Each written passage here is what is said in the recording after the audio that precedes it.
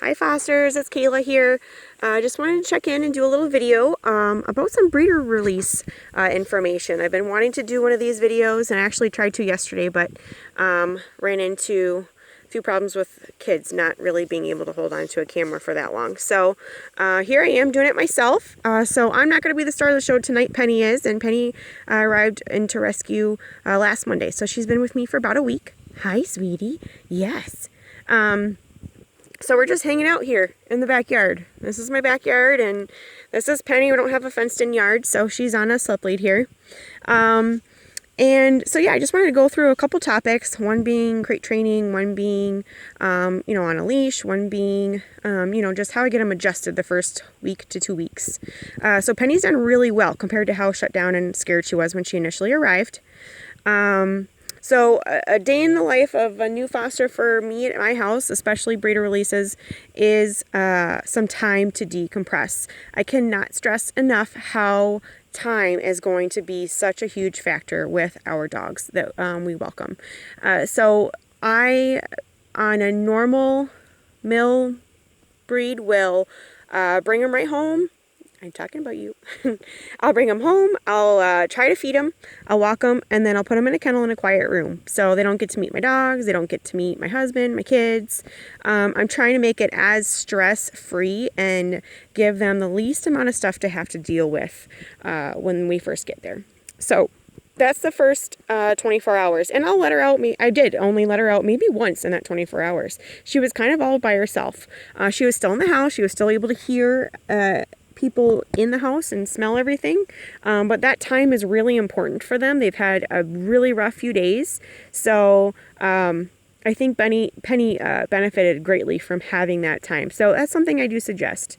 So after the 24-hour mark, she was starting to get excited when I would come and talk to her in her kennel. And I went ahead and moved it out in the living room to a little bit more public area, a place where she could see the kids running around, a place where she could be nose to nose with the other dogs. And that helped a lot. It always does seem to help them a lot. Have access to other dogs that are comfortable and happy in a home. Them seeing you give affection to your dogs even improves how they see you, I think. So that was huge. That 24 hours of either her being in a kennel or my dogs being in their kennel with some time out really helped. And then from there on out, she's been with my pups all the time. Huh, Pennies? Are you pretty good now? Huh? So she's really content with me out here in this quiet yard all by myself. She's normally a pretty nervous girl on the leash. And she paces and does circles and stuff if we're not continually moving. So that's not a dog thing. That's just a breeder release thing. So Penny has had some time out of her kennel. She still sleeps in her kennel, and she'll still spend time in there when I am not home. That's not going to change no matter how great she gets, because I want my dog to be able to be kennel trained. And I'm still working on potty training with her. She's actually doing really well, but that's going to set her up for success. And then also my new adopters up for success if they want to kennel her. So potty breaks and going outside is always a difficult thing for our breeder releases. I do recommend and we do want you to use as a rescue slip lead. I have a slip lead on Penny here, and it's got a little stopper on the end, so if there is slack in it, it doesn't loosen up. And she has this on all the time. She still has it on in the house. So it's great for being outside because of safety reasons and because Penny's never been leash walked before. So having a leash being so new to them, we want something around their neck and something that's going to teach good leash training skills.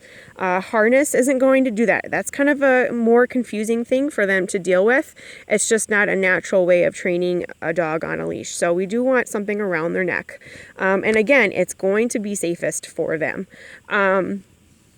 So, and there are always exceptions to that. Our foster fail Remy came in with a broken neck, and I had to put a harness on him. She could have trachea issues, and I'd have to put a harness on her.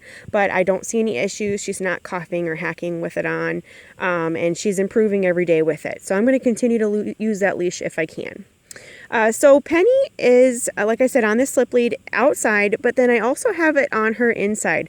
The reason I do have my dogs use a drag in the house is because it's going to be easier to correct her if she gets on the furniture. It's going to be easier to get her when it's time to go outside. She still does not come to me inside. She's too skittish, and she really wants to. She gets excited about meeting me and being pet, but she also, there's a lot of hesitation. So when she knows it's time to go outside, she doesn't just actively come over to me. So this has been really nice thing, being able to just bend down, pick the leash up, and go, okay, it's time to go out. So we've just got an extension here, and we're able to get her outside and not have to climb underneath tables and furniture or beds or behind couches in order to go outside. Otherwise, that can be super stressful for them and for you. So I'm using this leash as an extra hand. I can correct her again with furniture. I can. It's also a safety for me too. If one of my dogs she decides to get into a scuffle with one of them, then I've got something to break that fight up also without having to stick my hands in the middle of it. So that's leash training 101 with a male dog. Something I'm also doing too is I'm using my slip lead here as kind of an encouragement tool also. Like I said, there's a lot of hesitation still. So things like going outside can be scary, especially with these dogs going through doorways, going through garage doors. That can also be super stressful, and something that, again, it coming in or out, it's just a big step for them. Having to go through that little confined area, for some reason, it spooks them all, it seems like. So with Penny, I don't even let her have 2 seconds to think about it. I get all my dogs excited about going out. I open the door, and as she gets excited with them rushing out the door, then I just go right out with them. And every single time she'll stop right before she goes out the door, and just giving that little tug helps her get past that fear, and she goes past what she thinks she can do. So that's another topic I want to talk about. There's a fine line with these guys between giving them time to acclimate, to decompress, but then also you need to find the correct time to start pushing them past what they're comfortable with. These guys would hide in a corner in your room or underneath a table or in a kennel the rest of their lives if you allow them to. And they will. I'm serious, they will. So you have to start introducing new things to them, pushing them past what they might be comfortable with.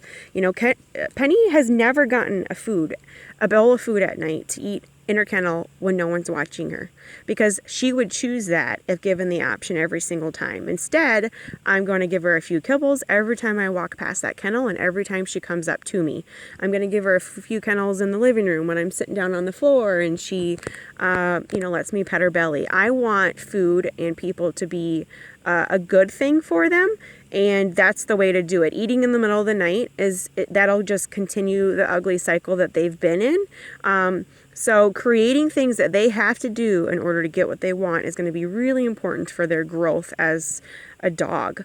So we talked about that food. I always give mine a bath too when they get in. Don't worry about giving them a bath when you get them home. They're disgusting and dirty and stinky, and I'm sure they're uncomfortable. So you're not going to do any more damage. It's already been done by giving them a bath when you get home. And then in some cases, it's also given me a chance to take a closer look at them, and I found areas that need to be, seen by a vet, or, our ears are really dirty, or, we do have fleas, or we do have ticks. I'm glad I did this now rather than, 24 hours after they've already been in my house. So yeah, slip leads, lots of extra time, love, encouragement, exposure to other dogs if you can is important, but mainly just patience. And know that we're always here for you if you need us. And we've got a huge support team, especially we've got some diehard breeder surrender fosters that are always willing to give a hand and offer up some different ideas, because everyone is different. Some of them are pretty similar, but there's always that one little kick that you guys just have to get past. But Penny's making great improvement, and we love her. And what do you think? Anything else, sweetie? Huh? I'm surprised she's actually sitting here and not doing circles around me in the yard, because that's also something really similar that they all seem to do. They don't know how to just sit down on a leash. They kind of just nervously pace around you. So this is a good thing. This is a really good thing. She's calm and collected outside, at least until a car goes by. So yeah. Let me know if you have any questions below. I'll also move this video down to our YouTube page, and then I'll also try to attach a little printout too that one of our mentors, Sarah, put together that's super helpful when first bringing a dog home also. I'm sure I missed a few things, but let me know if there's anything I didn't cover that you need help with, and we'll get it answered for you. Thanks. Bye-bye. Say bye, Pennies.